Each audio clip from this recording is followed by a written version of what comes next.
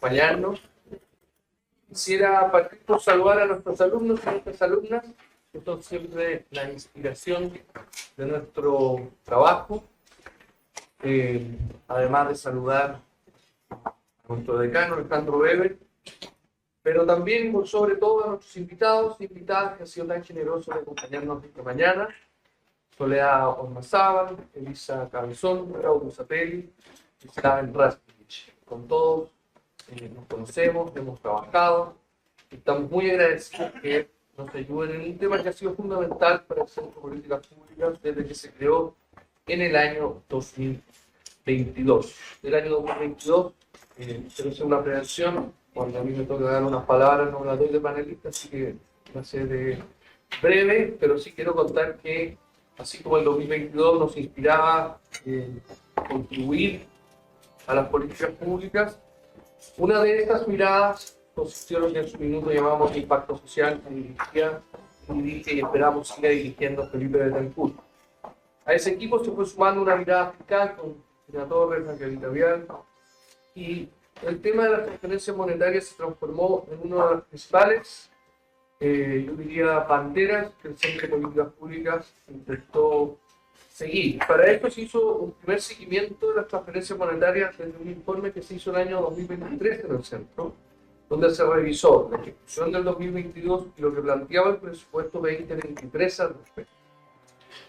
Ya en esa época el decano nos pidió que para el año siguiente, en forma paralela a la ley de presupuesto, y eso es justamente lo que está ocurriendo, ya diéramos algunos pasos adelante con un nuevo informe, que entonces revisado por pares, cosa que ya ocurrió, y ojalá lo que hoy día discutamos pueda tener alguna relevancia en lo que finalmente se traduzca en el texto final de la ley de presupuesto. Nos parece que las transferencias monetarias, con sus bemoles, con sus virtudes, con algunos efectos, son sin duda un mecanismo, y ahora ya hablo más a título personal, algo subutilizado a la hora de asignar recursos a los ciudadanos y las ciudadanas de nuestro país. Existen una serie de mitos, existen una serie de prejuicios, y para eso es que hemos convocado a este seminario. Tenemos la convicción que es un camino que está comenzando, que es un camino sobre el cual se puede profundizar, y por eso queremos ser un grano de arena más en una discusión país para ver cómo hacemos para, como dicen algunos economistas, alocar mejor los recursos que son tan escasos, especialmente en momentos en que Chile sufre algunos temblores económicos relevantes. Así que, sin más, dejo con ustedes a Felipe Betancourt, que es el principal autor, junto a Matías Ock y la colaboración de Margarita Vial, de este trabajo ya más completo en materia de, yo diría, Felipe podrá corregirme, una fotografía de la situación actual de las transferencias monetarias, y luego con nuestros invitados, ojalá podamos hablar también de los desafíos y no solo de ese trabajo. Muchas gracias. Felipe.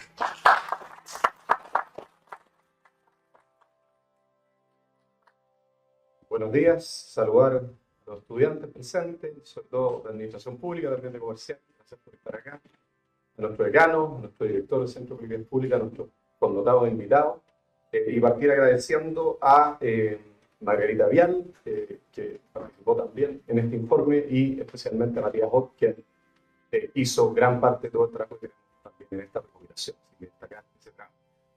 Nosotros, como introducía Juan José muy acertadamente, quisimos sacar una fotografía de lo que era el estado del arte de las transferencias monetarias en nuestro país. Y partimos con, no sé si se está viendo, no me parece.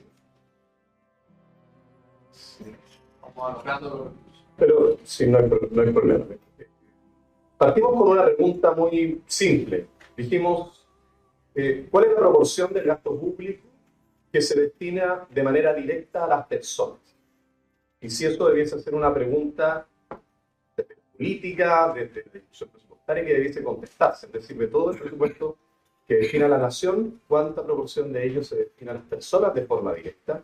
Y no a través de otras formas indirectas como pueden ser los programas sociales, inversiones y una serie de otras prestaciones o servicios que realiza el Estado. Partimos con esa.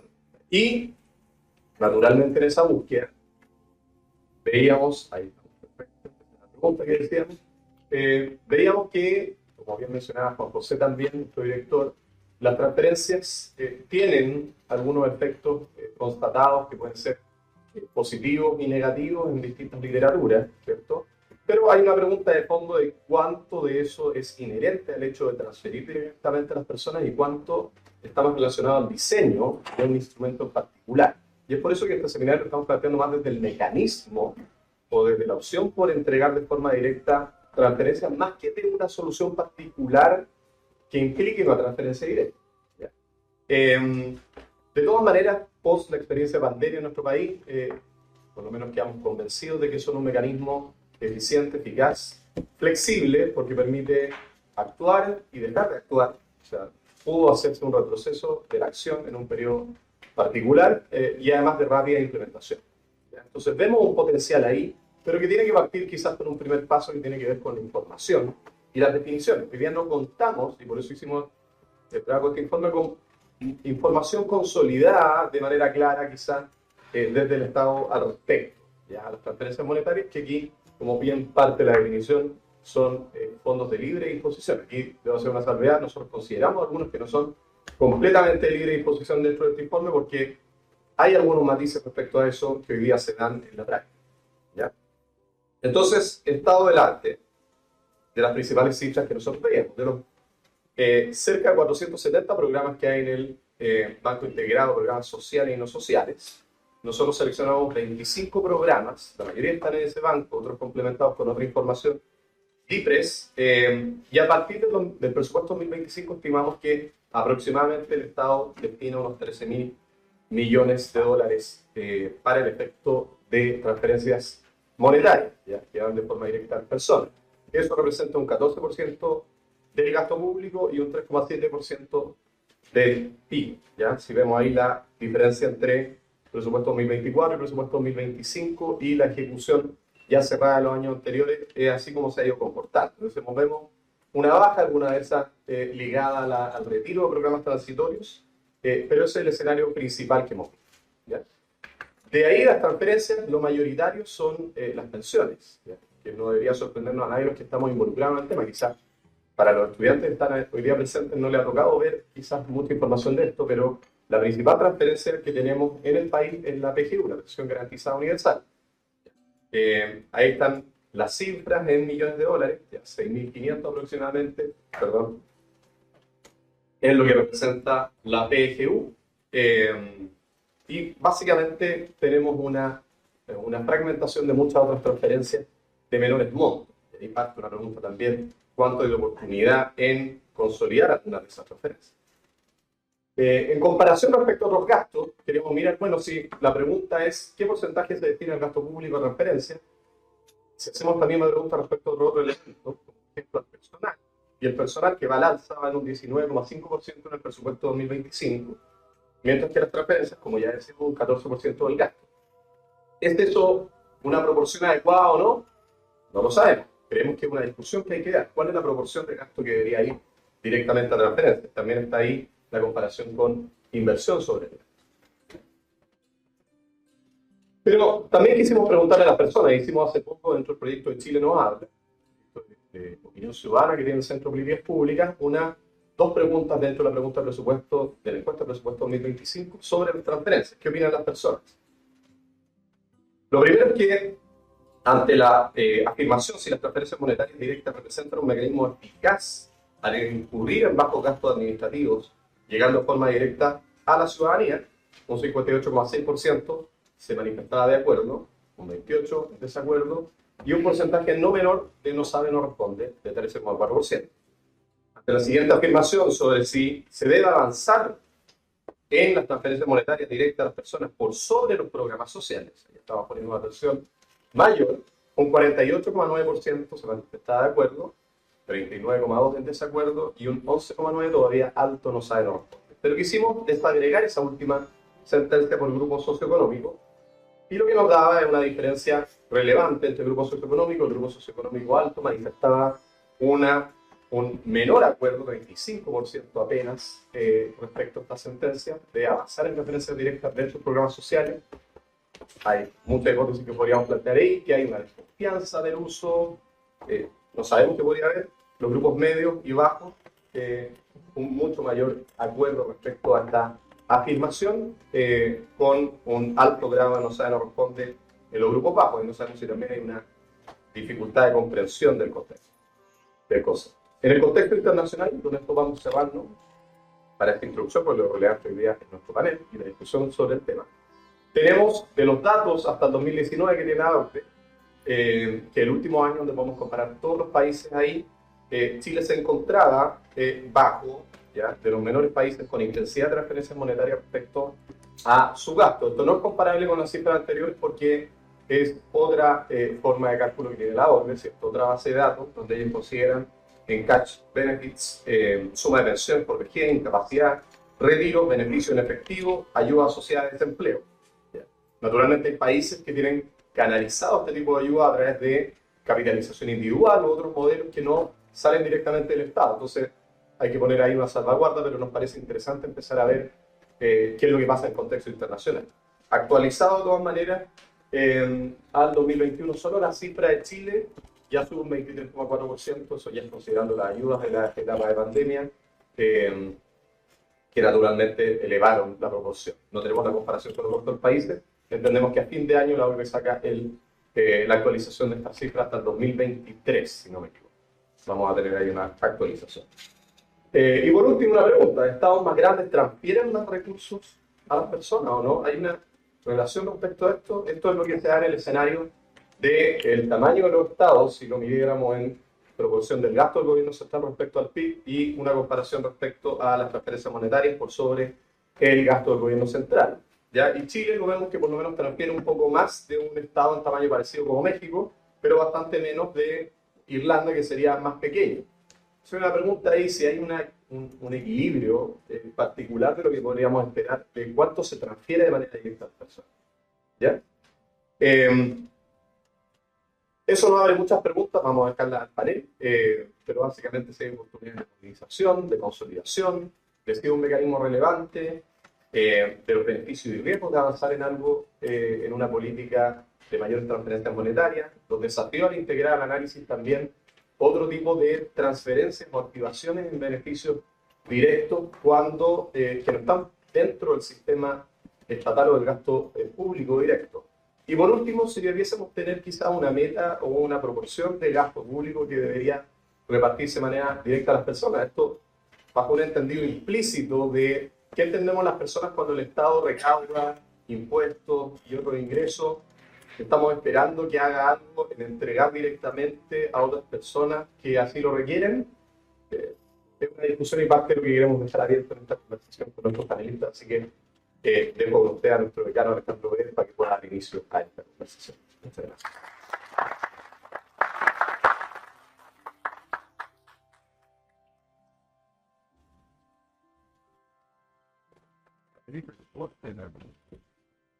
Sí.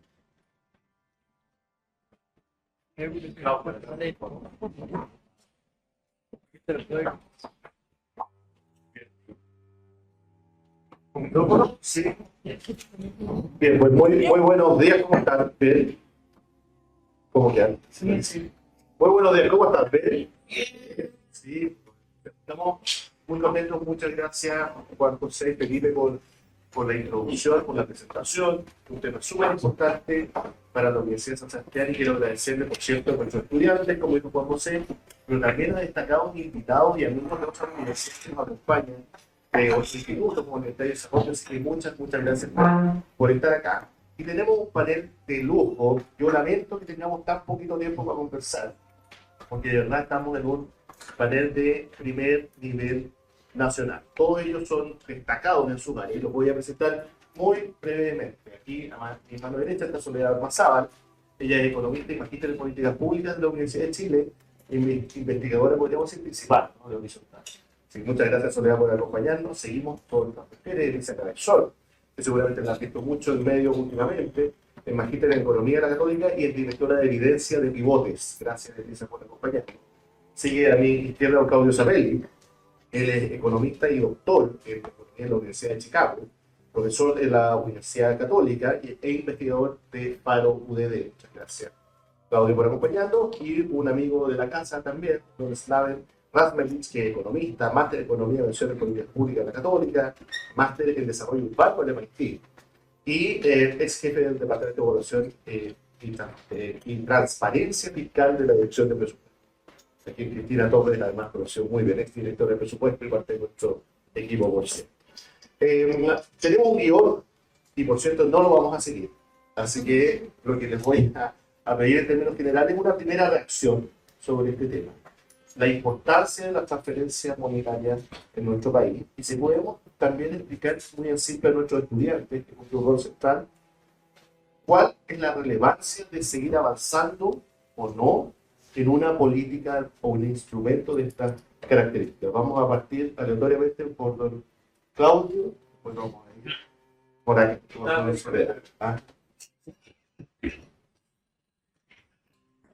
Buenos días.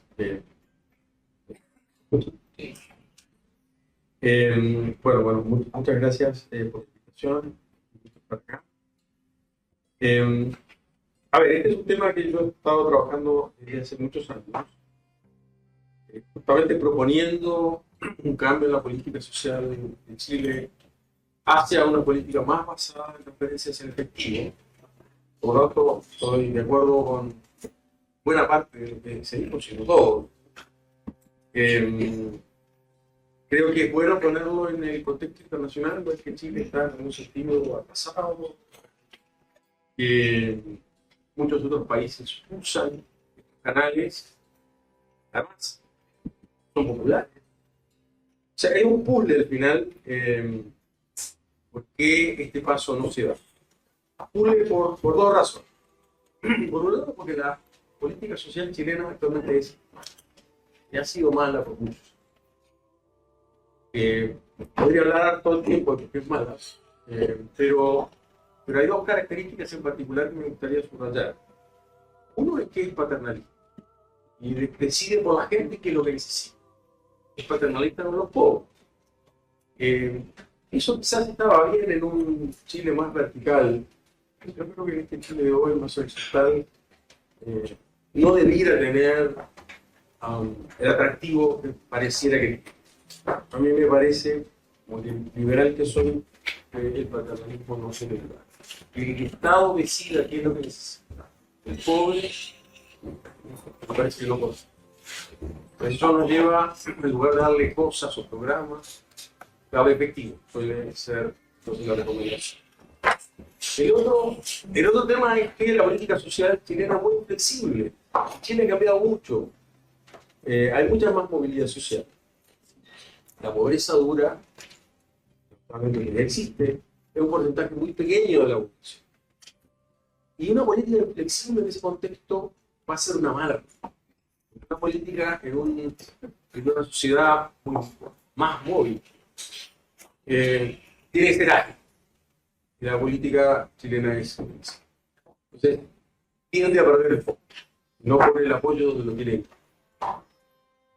Una propuesta que se concentrara más en transferencia en efectivo me parece que resolvería parte de esos problemas. Ahora, con esto termino. Esto se ha tratado. ¿No? Yo recuerdo que Joaquín Lavín, cuando estuvo en el Ministerio de Desarrollo Social, trató de hacer una cuestión.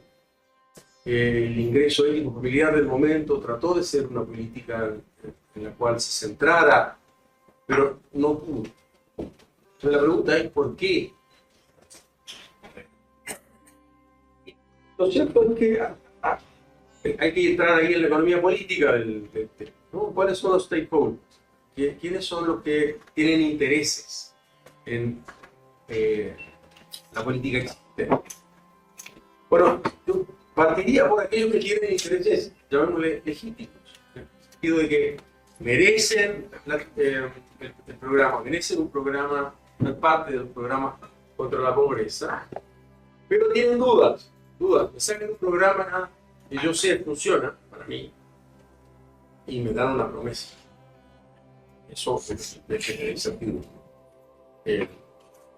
Pero también hay gente que recibe esas transferencias que sabe que no la merece y que por lo tanto de todas maneras está en contra.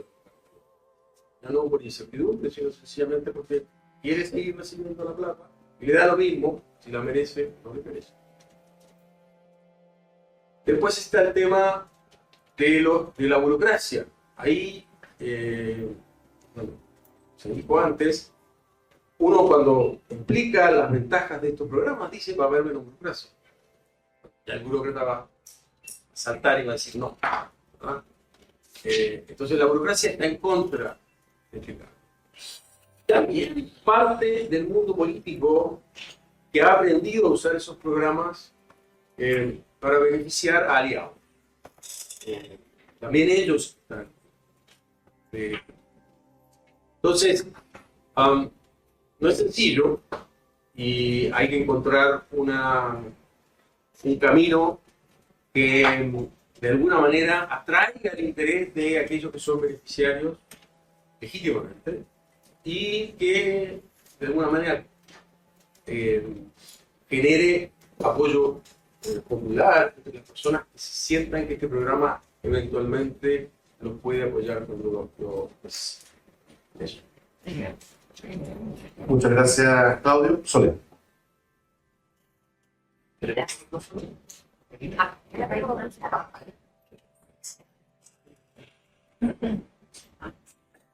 Muchas gracias. Yo estoy totalmente de acuerdo también con la presentación y con lo que mencionó Claudio. Me gustaría, eso sí, agregar una dimensión. La política social en Chile, además, es altamente inefectiva para reducir la desigualdad de ingresos. Y una de las razones principales para que eso ocurra es la baja proporción de transferencias directas. Porque por la forma de medir la desigualdad de ingresos se mide en la cantidad de ingresos que reciben las personas. Las prestaciones sociales que son en bienes no están contabilizadas. Entonces, si tú vas, nosotros hicimos un ejercicio, veíamos con la población hasta los 65 años nomás, para sacar todo el tema de las pensiones y la diferencia de los sistemas de pensiones, el ejercicio de leer el índice de Gini original y después de la acción del Estado.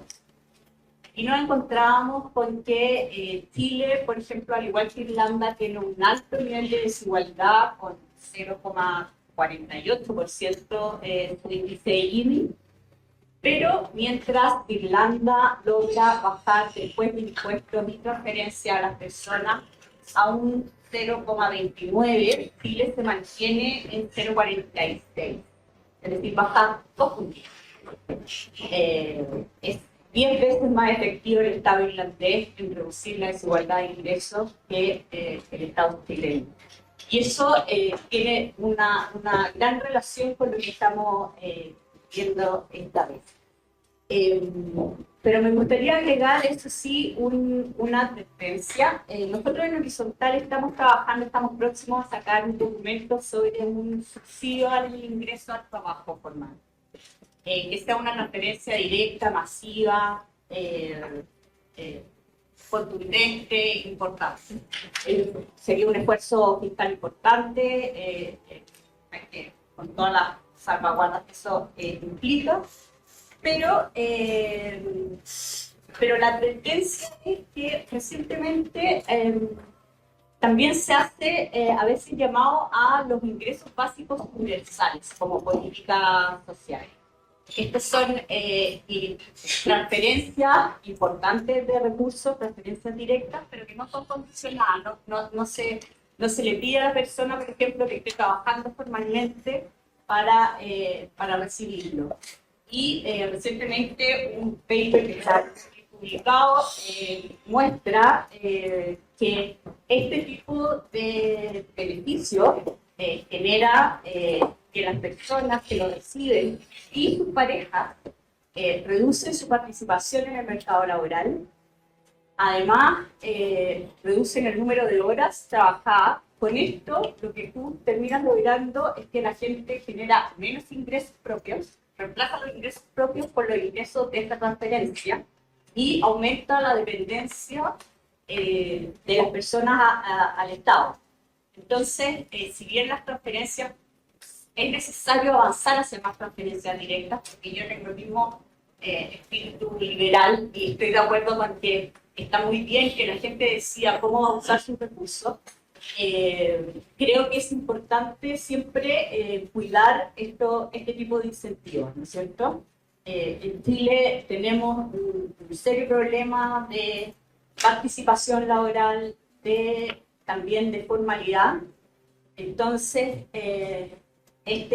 una transferencia que sea absolutamente masiva y no condicionada tiene este riesgo que no podemos dejar de tomar en cuenta. Escúchame, sí. Bueno, cuando uno es la última panelista, hay varias ideas que uno va tachando porque le hicieron otras panelistas. Pero no, yo quiero decir, primero partir con una duda, no con una ventaja, ya lo han dicho, me quiero recalcar en la transferencia. Una duda y una preocupación, y quiero complementar la preocupación que dijo la Sole. Bueno, la primera ventaja es que, claro, las transferencias directas también son beneficios que permiten que las personas decidan qué hacer con ese dinero, con esa plata. Yo creo que nadie sabe mejor necesidades que la de la persona y no el Estado. Esa es la primera ventaja. Una duda que tengo es que se hablaba en el informe que una otra ventaja de la transferencia directa es que hay menos gasto administrativo al entregar. Ahí tengo una duda nomás, por ignorancia, porque igual al transferir, todas las transferencias están condicionadas a condiciones. Por ejemplo, en Chile gran parte de las transferencias están condicionadas a qué grado de vulnerabilidad pertenece a la familia, o que cumpla ciertos requisitos frente a las familias. Y este chequeo de condiciones lo tiene que hacer un burócrata. El Estado tiene que ir creando todos los requisitos. Hay un ministerio, el Ministerio de Desarrollo Social, gran parte encargado de hacer ese chequeo, así que igual implica un gasto administrativo. A mí me gustaría ver un poquito más ese mecanismo que se menciona, esta ventaja, para ver bien si es así y cuáles son los costos que uno puede ahorrar. Esa es la primera duda, ¿no? Preocupación, tengo una preocupación con la soledad. Uno de los grandes problemas que tiene Chile es la gran informalidad laboral. Gente que trabaja fuera del empleo formal. ¿Y por qué? Porque el empleo, cuando uno tiene un empleo formal, forma parte de los registros administrativos. El Estado sabe cuánto ganas. Si tú cotizas, el Estado sabe cuánto ganas, cuántos impuestos pagas, sabe toda una gran parte de información de tu vulnerabilidad. Y gran parte de las transferencias que entrega el Estado, los otros beneficios del Estado de su transferencia, condicionan la entrega del grado de vulnerabilidad de la familia. Entonces, eso genera un incentivo a la persona de estar fuera del mundo formal para que el Estado no sepa cuánto ganas y poder, por así decirlo, engañar al Estado y mostrarte más vulnerable y perseguir esas familias. Entonces, mi gran preocupación, si vamos a avanzar esa transferencia, es ver qué hacemos para mejorar este incentivo perverso, de que no incentiva a las personas mantenerse en negro en el mundo de la informalidad, sino que seguir siendo formales y recibir esa ayuda. Acá tengo un dato que hicimos en Pivotes, que representamos a través de la encuesta Casen desde el año 2000 hasta la última de 2022. Vimos cuánto participan los hogares al empleo formal por nivel de ingreso. Y algo que es impresionante, que los hogares de todos los quintiles, excepto el 20% más pobres, o sea, el hogares que son 20% más vulnerables, su participación laboral es la más baja. Cerca de un 15% de la gente en edad de trabajar tiene empleo formal, muy bajo. Pero lo más impresionante es que mientras Chile crecía, todos los hogares de los niveles más altos, de mayores ingresos, iban mejorando su acceso al empleo formal. Excepto el quintil más pobre. El quintil más pobre está plano en los últimos 24 años. No mejora. Tengo mi duda, ¿eso estará afectado? Porque hay muchos beneficios que entrega el Estado que están condicionados por que si hacían un empleo formal pierden estos beneficios. Los castiga el Estado por estar ahí registrado en los registros administrativos del Estado. Es una duda, entonces, si vamos a avanzar esta transferencia, hay que solucionar ese problema. Ahora hay una transferencia directa que también tiene Chile, y creo que se puede mejorar mucho, que incentiva la formalidad, que es condicionar esta entrega si tú cotizas. Si tú declaras un empleo, un ingreso formal, el Estado te lo complementa. Yo creo que es una transferencia directa que es gustosamente, administrativamente fácil de entregar, porque cosa de chequear el registro administrativo es muy fácil, se puede hacer casi automático, y que además podría estar alineado con los incentivos del hogar a emplearse formalmente. Entonces, si vamos a avanzar en la transferencia directa, mi first favorito sería hacer transferencias que complementen los ingresos formales de los hogares y incentiven a este quintil 20% más pobre a insertarse al mundo formal. Hola, buenos días. Gracias por la invitación. Siendo último y además estando de acuerdo en casi todo, voy a exacerbar los matices. Solamente para hacerlo más interesante, yo voy a pelear, pero en realidad son peleas muy ficticias como los paneles de programas deportivos porque generaban de mecha. A ver, voy a decir solo una pensadera respecto al documento. Lo voy a decir al principio para que no una pensadera, pero creo que hay que tener cuidado con las comparaciones internacionales. Creo que está bien hacerlas.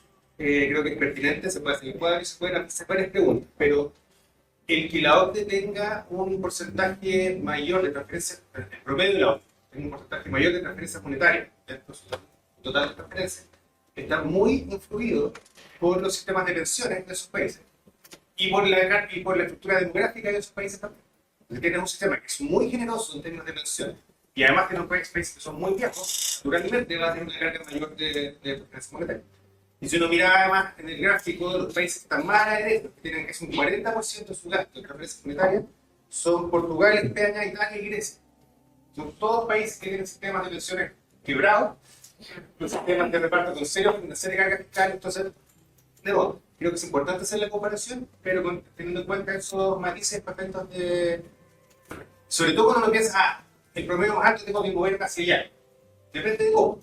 Y depende de aquí, y ahí creo plenamente lo que dijo Elisa recién, en términos de los incentivos que generan los sistemas. Tú tienes de acuerdo que hay que avanzar hacia mayor libre disposición de los fondos de preferencias, pero poner mucho cuidado de cómo se financian esas transferencias, qué incentivos generan y en qué responden.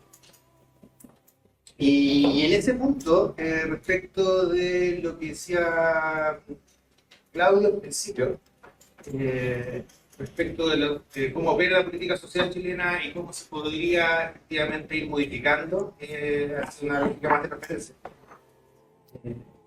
Ahí el principal enemigo, además de las cosas más ideológicas, tiene que ver con la inercia. Tiene que ver con la inercia, con el status quo, con lo difícil que es cambiar las cosas dentro del aparato público.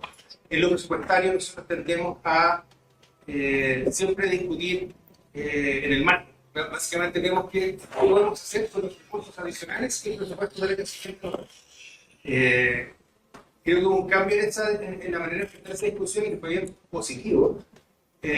Fue cuando en 2020, post-estallido, pensando en el presupuesto para el 2021, desde el Ministerio de Hacienda se habló de hacer un presupuesto base cero, en la lógica de decir, pues si los 30 años fueron tan desastrosos, bueno, miremos el 100% del presupuesto y que no estamos gastando la plata, porque estamos haciendo todo mal, aprovechamos de revisar dónde están destinados los recursos.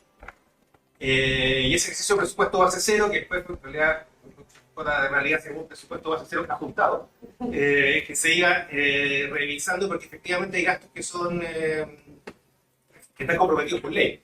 O sea, pero hay unos que son compromisos.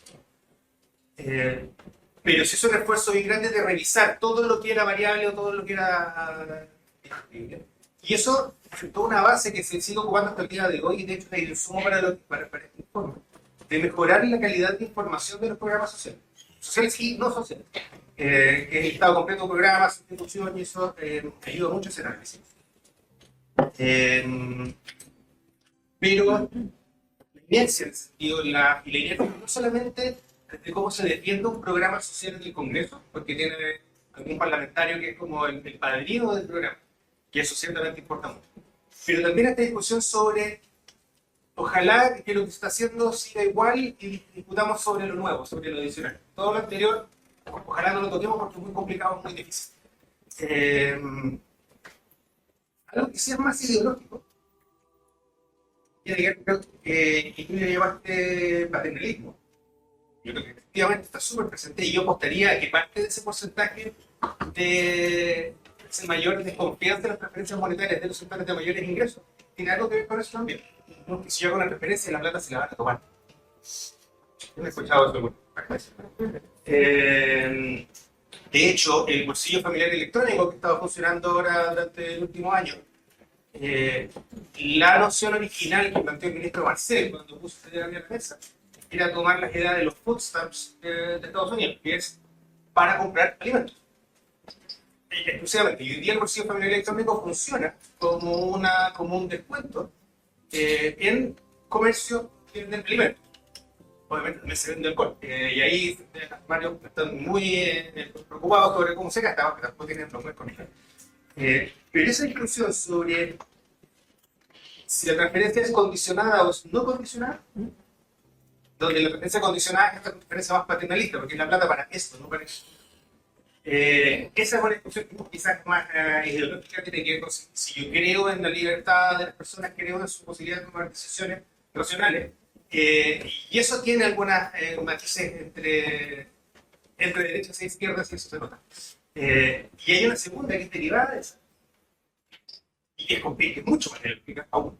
Tiene que ver con cuando tú haces una transferencia condicionada, ¿quién es el prestador de esa transferencia? Por ejemplo, si yo voy a dar una transferencia que es para esa cuna. Ok, la decisión de política es sale cuna. Ya, pero ¿quién va a prestar ese servicio? Ese prestador, ¿puede tener lucro o no puede tener lucro? Tiene que cumplir con esto, porque, y ahí hay un parteaguas. O sea, desde el gobierno más de izquierda, centro-izquierda, sin lucro, ojalá apadrinados por una fundación que esté por sobre el bien y el mal. Pues no lo suficiente, no alcanzan para... Y esto pasa en una, pasa en vivienda, pasa en educación, pasa en esta lógica de yo voy a dar una referencia que es para esto, para universidades, para vouchers de educación de colegio. Ok, el colegio puede lucrar o no puede lucrar. Y ahí el parteaguas es mucho más claro. Por eso es la segunda derivada. Que yo hago una transferencia que ya decidí que va a ser condicionada y no completamente libre. Es en qué y dónde se puede gastar. Y ahí uno tiene un montón de... Hay un montón de ejemplos donde eso se da. Y luego lo que me gustaría para allá la segunda vuelta es ver un poco de las transferencias monetarias que existen, ¿no? ¿Por qué es un archipiélago de programas? Es una cosa, pero eso lo podemos ver. Muchas gracias, Clavel. Y para efectos de justicia distributiva, ahora vamos a dar la vuelta al revés. Entonces, usted fue el último, va a ser el primero. Y esta es mi última ronda de preguntas para que después abramos al público, porque yo sé que hay muchos ansiosos y ansiosas de preguntar y de conversar. ¿Algunos comentarios sobre lo aquí señalado?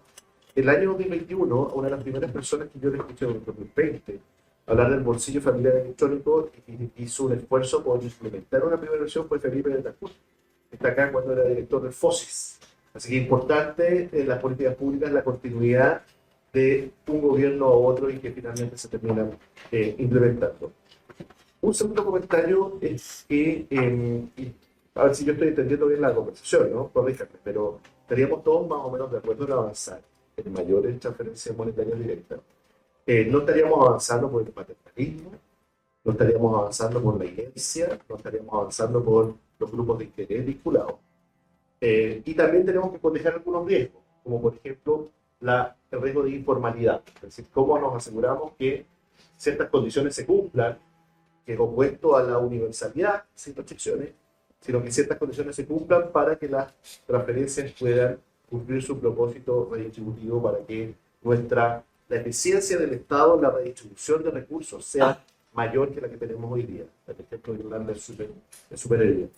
Dicho eso, y si estamos de acuerdo en avanzar en un contexto fiscal estrecho, que todos hemos conocido, y aquí voy a pasar un nuevo aviso, el problema fiscal del Centro de Políticas Públicas de la Universidad de San Sebastián, ha hecho sistemáticamente una revisión del gasto público y las predicciones de ingresos, y en el último informe que emitimos, si no hacemos nada,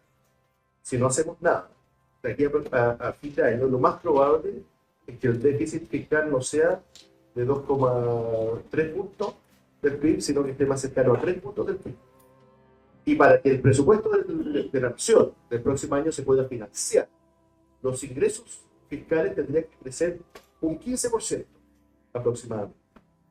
Parece imposible, como dijo Ignacio Brión en una entrevista, si nos pasamos películas con los ingresos, es súper difícil poder aterrizarlo respecto de los gastos. Entonces, en ese contexto fiscal, si queremos avanzar en mayor transferencia monetaria directa, la pregunta es ¿qué reducimos?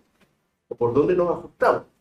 Y si queremos pasar del 14% del gasto fiscal a un 16, a un 18, a un 20 o lo que fuere, ¿por dónde nos apretamos frente a un escenario de recursos limitados y de realidad y de una economía de las políticas públicas que tiene que ser eficiente y práctica? Entonces, Yo sé que me haga una pregunta sobre secretarias a un ex dirección de presupuesto.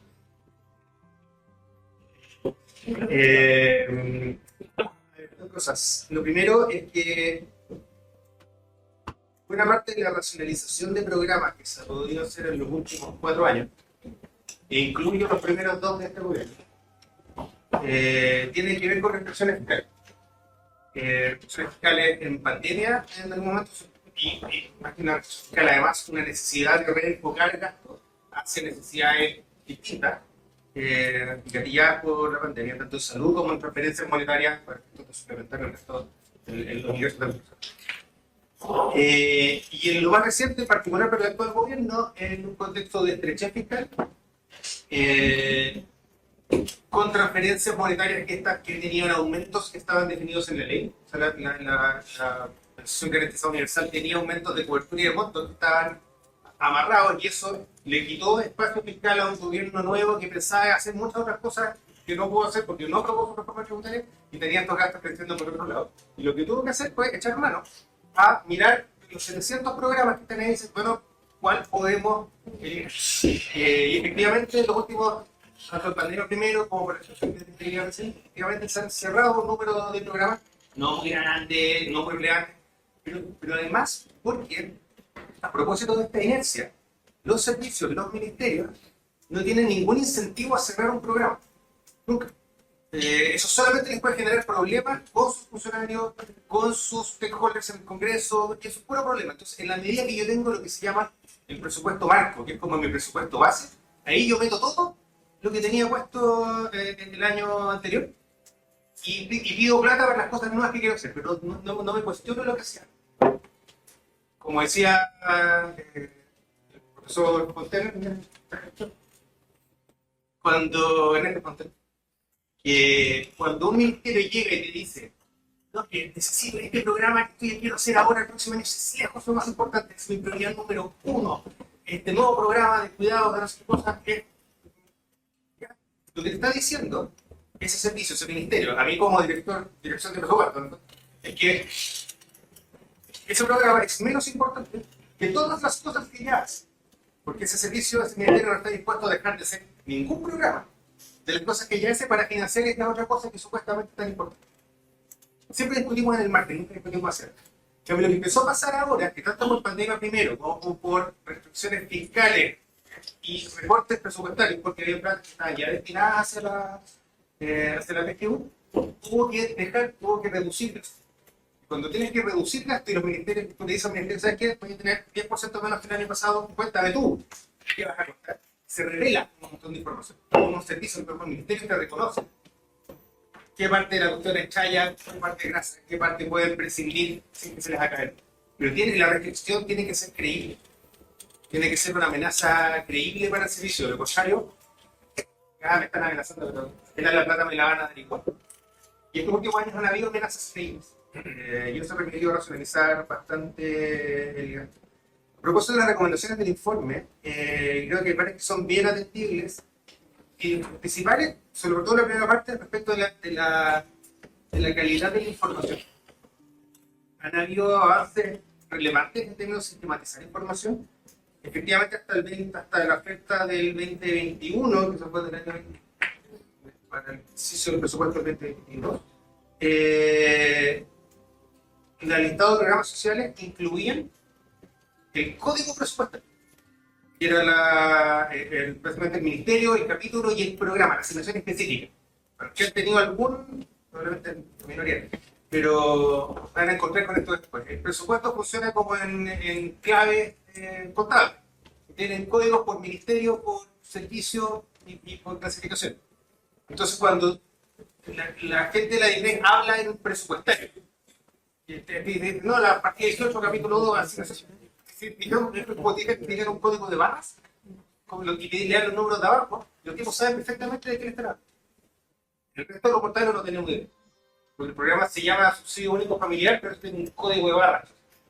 Es súper importante poder hacer un traductor de un Libres Play, un presupuestos Play. ¿Por qué? Porque después esas decisiones de política se traducen en lo presupuestario cuando uno habla de idiomas distintos lo que se propuso. Efectivamente, se publicaba la base, se empezó a publicar, esta base se publicó por primera vez en 2020. En 2022 fue cuando ya tenía los códigos. Ahora le sacaron el último código, no sé bien por qué, pero eso es algo fácilmente remediable. Y la información es clave porque permite hacer este tipo de análisis. Te permite sacar el pizarrón al ejecutivo de turno, del gobierno que sea. O sea, la ley de transparencia en eso y las obligaciones de transparencia activa son súper importantes porque permiten, desde el otro lado de afuera, ver, revisar qué están haciendo y que además obliga al que está dentro a ser mucho más meticuloso con lo que está haciendo, porque sabe que lo van a estar mirando. La transparencia es fundamental. O sea, y general, es súper barato. Ahora, respecto del archipiélago de programas que tenemos hoy día y las oportunidades que hay hacia adelante,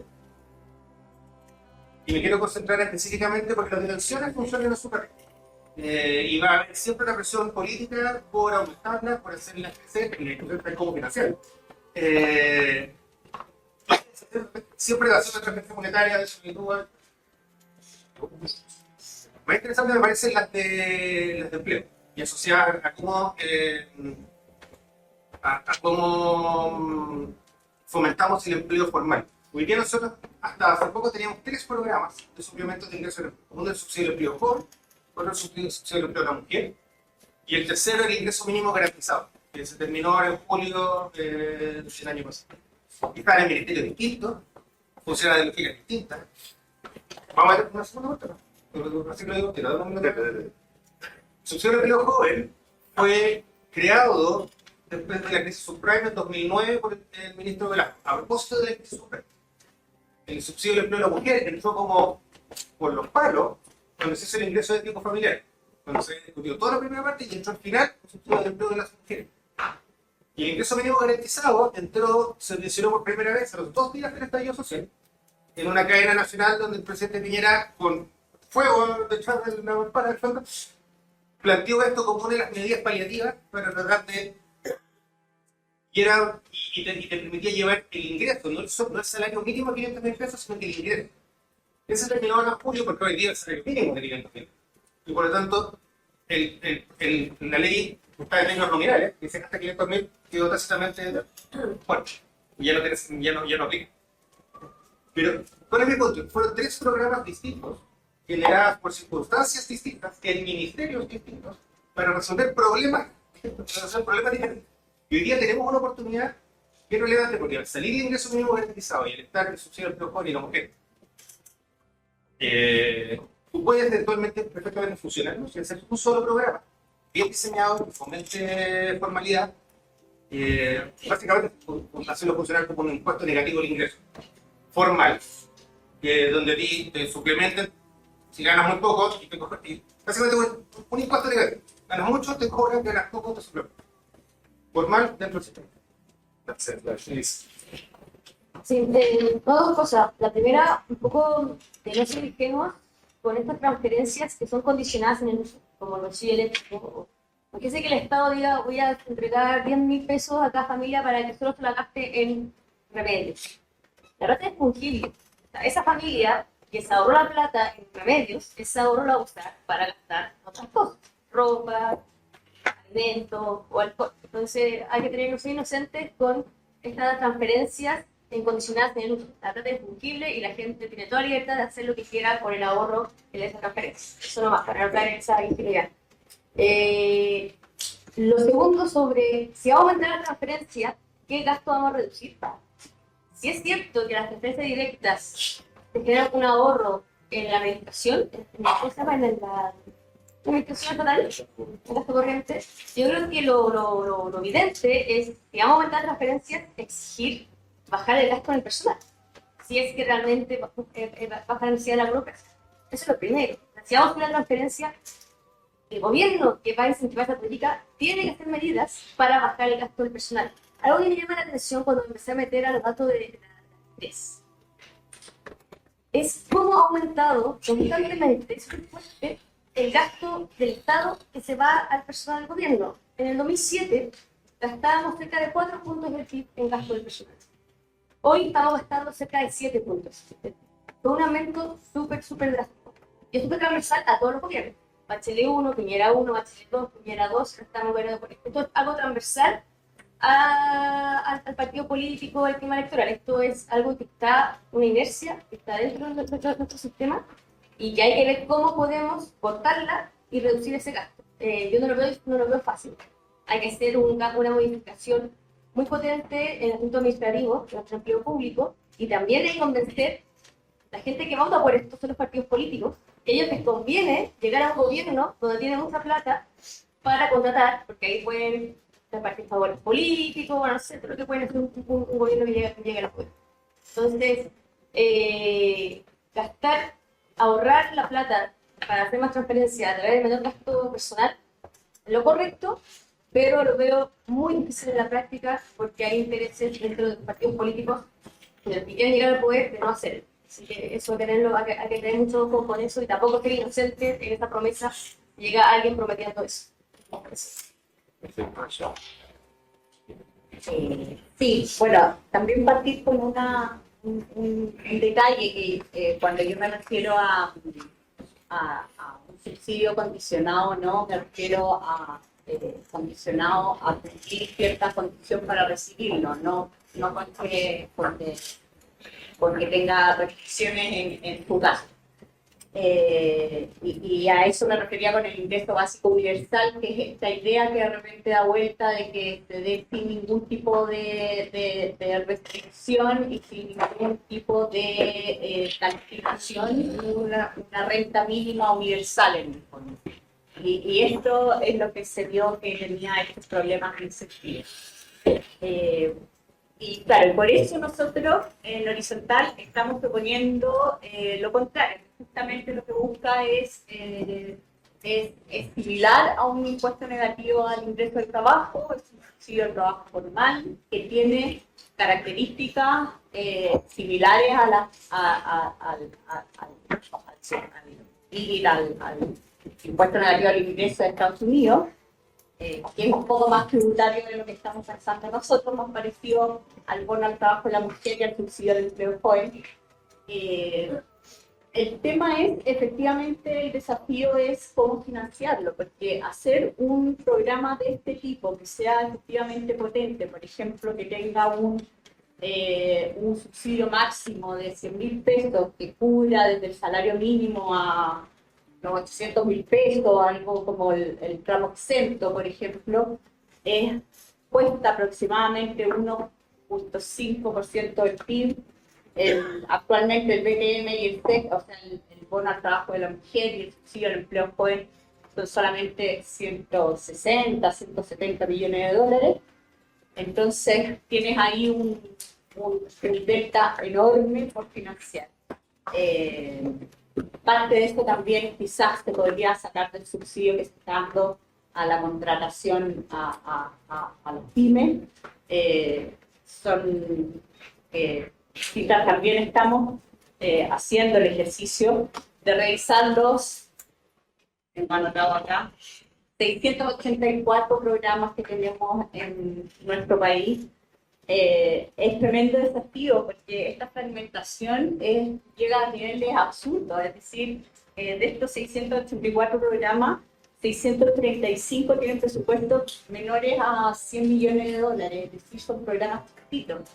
al ser programas chiquititos, la incidencia que logran, el cambio que logran en la sociedad es muy acotado, nulo. Entonces, en el fondo, hacer un reemplazo de la política social actual, esa fragmentación que tiene, por algo potente, enfocado con los incentivos bien puestos, podría significar un salto potente en varias cosas. De hecho, nosotros lo que estamos calculando, lo que estamos encontrando preliminarmente, es que el empleo formal podría aumentar en más de 1 millón de personas. Los modelos sin duda tienen restricciones y todo, pero es un efecto que, aunque el modelo lo pueda agrandar, sin duda sería relevante. Esto sería un salto no solo en calidad de vida de las personas y los trabajadores, sino que además para el mismo Estado en la recaudación de impuestos, en distintas, el crecimiento económico. De hecho, en Estados Unidos los estudios muestran que este tipo de subsidios no solo es útil para reducir fuertemente la pobreza y la desigualdad, sino que además ha permitido a lo largo del tiempo ir reduciendo el gasto social en otro tipo de programas.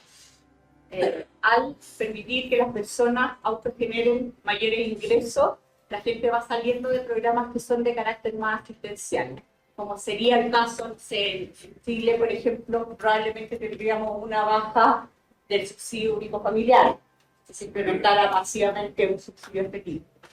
En fin, entonces hay que ser muy cuidadosos, hacer la calibración muy cuidadamente, porque la situación financiera del Estado está realmente crítica. Gracias, Soledad. Claudio, para cerrar. ¿Aló? Ya, yo estaba tratando de ordenarme un poco, muchas cosas que salieron acá, interesantes todas. Quería partir por un aspecto de la política social chilena actual que no es propia solo de la política social chilena, muchas políticas sociales, que son políticas on o off. Y eso quiere decir, si la persona pasa algún límite concreto de vulnerabilidad, de ingreso o lo que fuere, el programa se apaga. Y entonces enfrentamos a las personas a incentivos perversos importantes y mejora su bienestar en, no sé, 10.000 pesos, pierde todo el programa social. Es lo que puede llamar un impuesto confiscatorio. Entonces, estamos sometiendo a los pobres a impuestos confiscatorios, lo cual no tiene absolutamente ningún sentido. Así funciona la política social en Chile, generando toda una serie de incentivos perversos, entre los cuales mencionaba Elisa recién, de que la gente quiere ocultar sus ingresos para no perder sus beneficios. Ahora, ¿sabemos cómo resolver eso? Hay que retirar los beneficios gradualmente, pero eso sale plata. Entonces ahí entramos en todo el tema de no hay plata, entonces, y seguimos con una política social mal diseñada, con esos aspectos decididamente perversos. Bueno, entonces, plata se necesita, eso no cabe la menor duda. El dar el salto, creo yo, está mucho en exactamente qué hacer. O sea, ¿cómo aumentamos las transferencias monetarias? Entonces acá Soledad hablaba del impuesto, perdón, el ingreso básico universal, que básicamente da la plata a la gente, a todo el mundo, totalmente incondicional. Después está el impuesto negativo del ingreso, que básicamente dice, así como hoy por hoy le cobramos impuestos a la gente con mayores ingresos, le vamos a dar subsidios a la gente de menos ingresos, en un programa que podría ser perfectamente simétrico, y darle subsidios son impuestos negativos, por eso digamos la idea. Y este tipo de programa lo podría manejar una institución que tiene mayor prestigio, digamos, como el servicio de impuestos. Que ahorraría mucha de la costos burocráticos que estamos hablando. Yo en trabajos anteriores he argumentado a favor de implementar un impuesto negativo de ingreso. Últimamente estoy cambiando un poquito de idea, quería hablar brevemente de eso. Tiene que ver con uno de los temas que tocaba justamente Lisa. Queremos promover la formación. Tiene una serie de beneficios para la persona y para el Estado. Y hay un programa que no lo llamó por su nombre, que dice Learned Income Tax Credit. Es un programa de Estados Unidos muy bien estudiado, que ha funcionado muy bien. Se sabe que promueve la participación laboral. Efectivamente resuelve un problema que tiene Chile de baja participación laboral. Y promueve la participación laboral formal, porque premia la formalidad. Hay que tener un trabajo formal para participar. Este no es un programa para los pobres, sino para la gente que trabaja, pero que tiene bajos ingresos. Y trata de insertarlos, reinsertarlos en el mercado de trabajo. Hacer una cosa así deja pendiente qué es lo que hacemos con respecto de los pobres, que pueden ser pobres que no trabajan, ¿no? Que quedarían fuera de un programa de... Y ahí es donde yo pienso que uno podría implementar una especie de mini impuesto negativo solo para este grupo. Que, por ejemplo, partiera en la línea de extrema pobreza y fuera retirándose gradualmente hasta llegar a la línea de pobreza. Eso no es mi diseño preferido, pero sale menos plata. Por eso lo... Ahora, de todas maneras, todo esto sale. Tener una mejor política social es más cara que la actual política social. Porque en parte la razón por la cual la política social actual tiene este mal diseño es por entonces, yo creo que acá estamos entrampados. En algún momento tenemos que darle el bar. Y me parece súper bueno lo que acaba de decir Soledad, de la estimulación que le da, que genera un millón de puestos de trabajo, o sea, personas que trabajan, porque sería una manera de estancar esta especie de ciclo que no nos movemos ni para un lado ni para el otro. Y lo peor es que seguimos con una mala política social. Si algo nos dijo el estallido, es que hay gente que siente que las cosas no funcionan. Bueno, sabemos que la política social no funciona.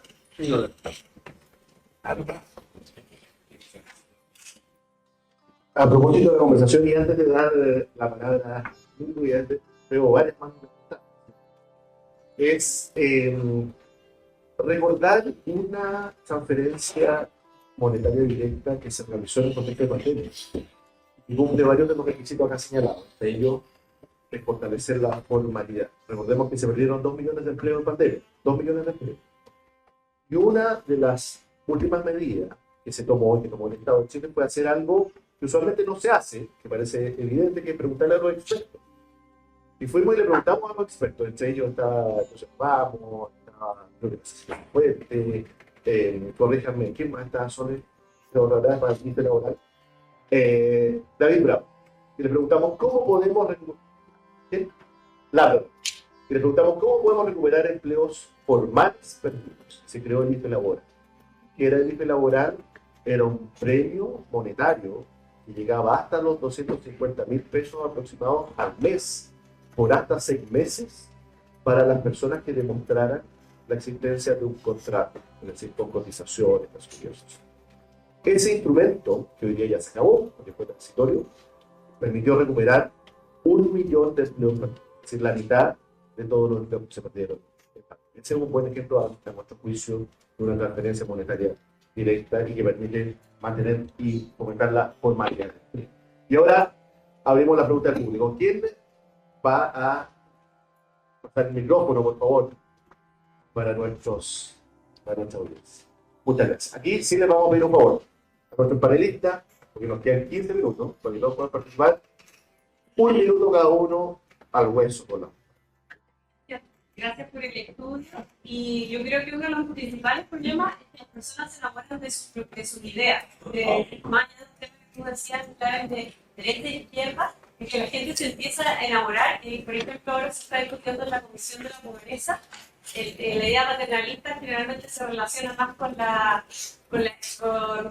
otros sectores, para decirlo, y como que se establecieron como alineamientos de lo que debiera consumir una persona en un hogar, y claramente se va más allá de lo que realmente consumen, y es como genera ciertas como disociaciones. En relación a esto, yo quiero decir que uno de los problemas es que la ayuda social se ha focalizado porque hemos progresado por la clase media, etc.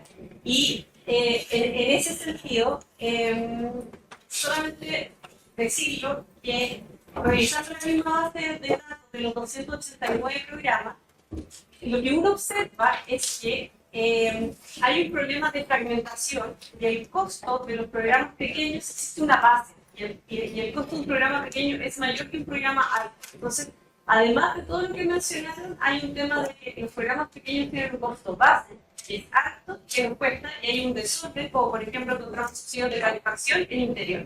Entonces, hay un desorden gigante en la oferta social.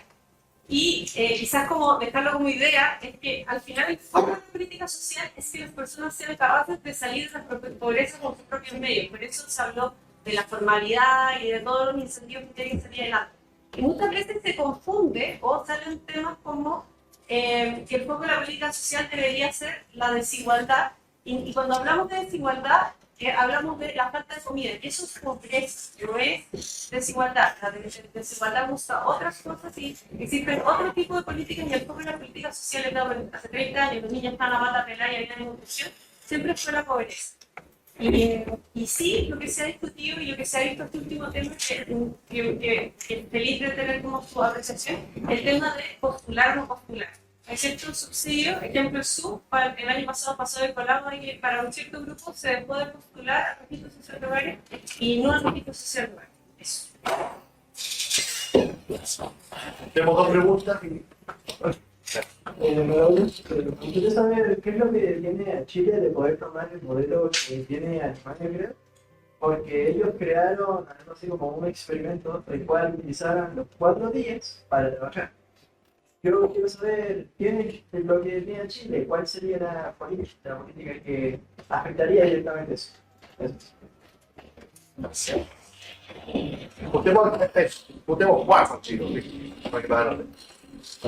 Bueno, creo que no se habló mucho del sistema sobre los gastos, pero ingresos, por ejemplo, el comercio exterior podría ayudar a reducir estos problemas. Gracias, por acá.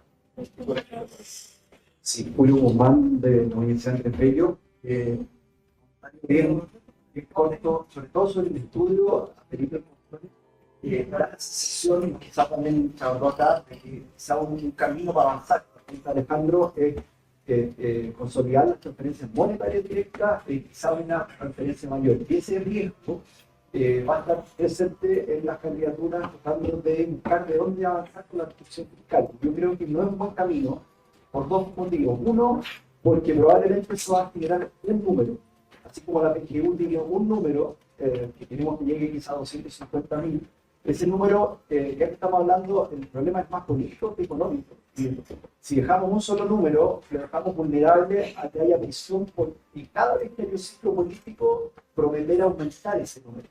Entonces, al tener varias transferencias monetarias, ese efecto se diluye y quizás el costo administrativo, que quizás lo pregunta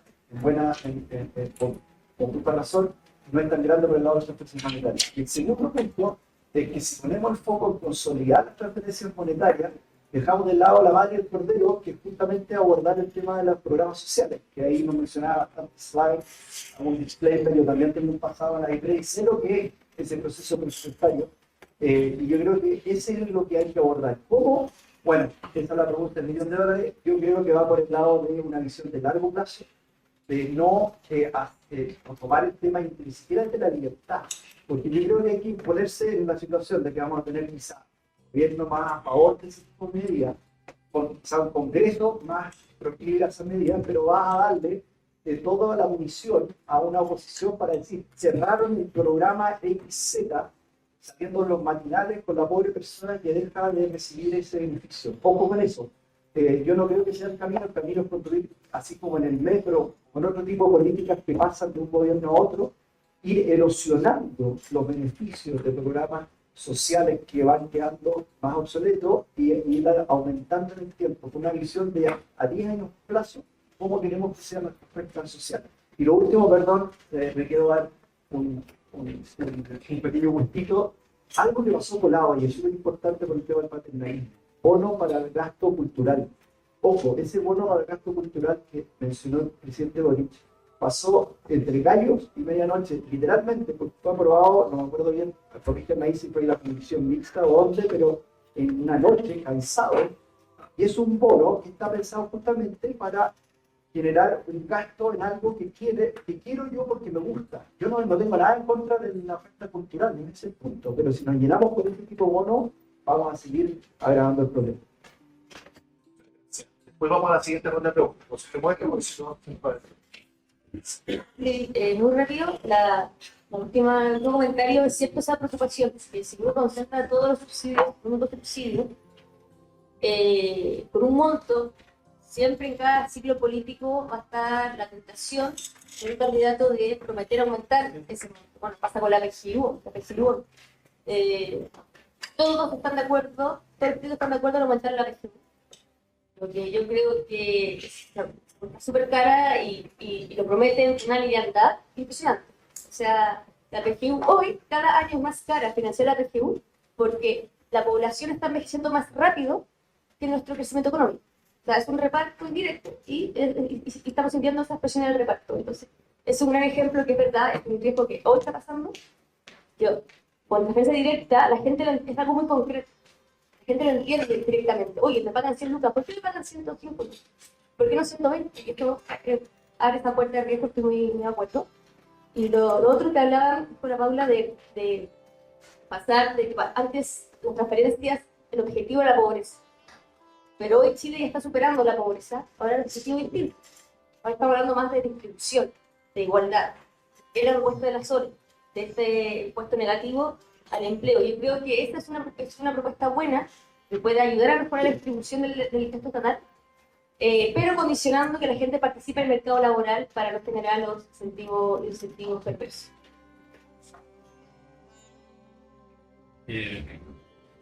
Sí.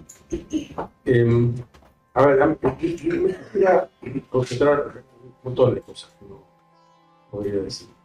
En un tema que se tocó al principio, que es si vamos a seguir postulando o no vamos a seguir postulando. Yo creo que no. Yo creo que el objetivo tiene que ser que no. Porque sabemos que mucha gente que podría recibir un beneficio no lo hace, porque lo sabe. Porque los costos de aplicar para ellas son muy altos. Yo creo que hay que pensar que el objetivo es que no hay. Ahí es que un esquema que se parezca a la forma en que el Servicio de Impuestos Internos cobra impuestos, que sea para pagar subsidios, es que suena atractivo. Ahí nadie va a pagar impuestos. Así que, y la pregunta que queda ahí, que no es una pregunta fácil, de la cual no se habló, es el tema de la información. Y el tema de la información es un tema complejo y también tendríamos que empezar a tratar de avanzar en tener las bases, porque si no se va a poner gente que va a decir, no, acá la gente va a engañar, y va a engañar de esta manera, y va a engañar de esta otra manera. Entonces tenemos que tener las bases de datos como para estar seguros que estos engaños que siempre van a existir sean al menos un porcentaje manejable. Entonces yo trataría de avanzar en las cosas que vamos a necesitar el día que nos atrevamos a ver. Sí, bueno, yo creo que, como decía la Elisa, es natural después del crecimiento que ha tenido Chile que la política de pobreza deje de ser como el principal foco para pasar también, ¿no? En vez a incorporar otras preocupaciones. En ese sentido, me parece necesario que exista subsidios que vayan como encadenando, así como está el subsidio único familiar, que evidentemente tiene que mantenerse y focalizado en las personas pobres que no tienen otros recursos para mantener esas cargas. Luego hayan otro tipo de subsidios para que no pase esto de que en el fondo si yo doy un paso pierdo todo. Hayan otro tipo de subsidios que vayan de a poco, la política social vaya retirándose de a poco y no con saltos discretos. Bueno, y también me parece natural que hayamos pasado a políticas que estén desfocalizadas, porque desde una perspectiva incluso política, cuando en Chile había 40 o 60, según las actuales mediciones, por ciento de pobreza, focalizar era bastante fácil, obvio, lógico, y además daban muchísimos réditos políticos, porque estábamos abarcando a la mayoría de la población.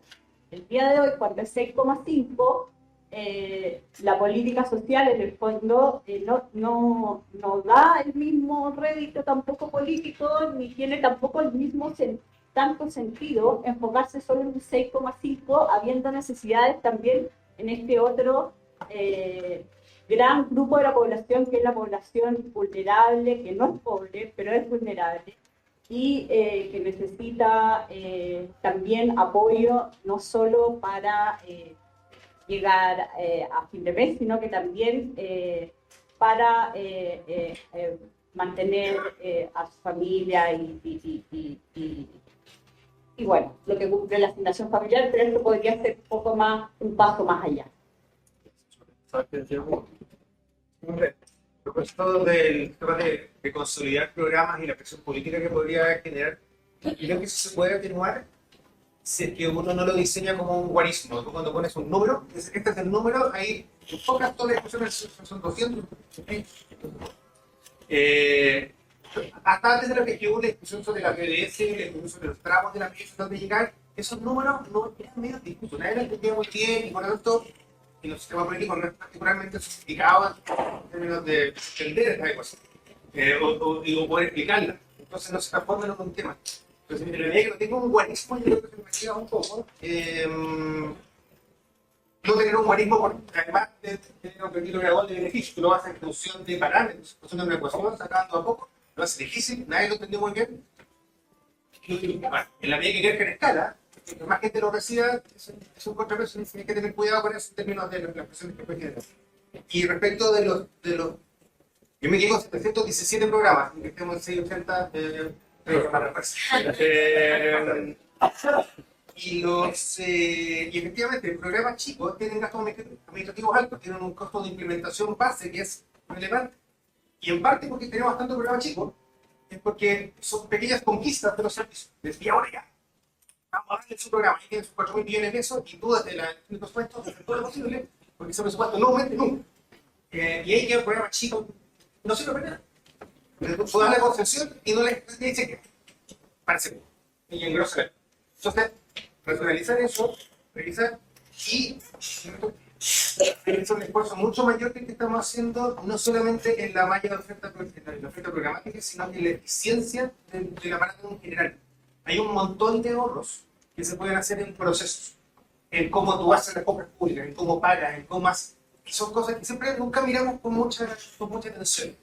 Y eso tiene la ventaja de generar ahorros que no son políticamente defendibles. Nadie en el Congreso dice, no, te va a tener un sobregasto en insumos de todo. Insumos de oficina. Tú puedes mejorar la gestión y ganar harto en eficiencia.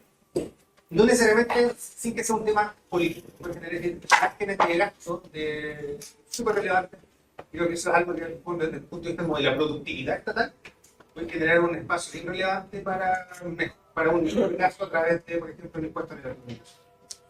Bien, pues lamentablemente se nos acabó el tiempo. Que le demos un gran aplauso a nuestros invitados.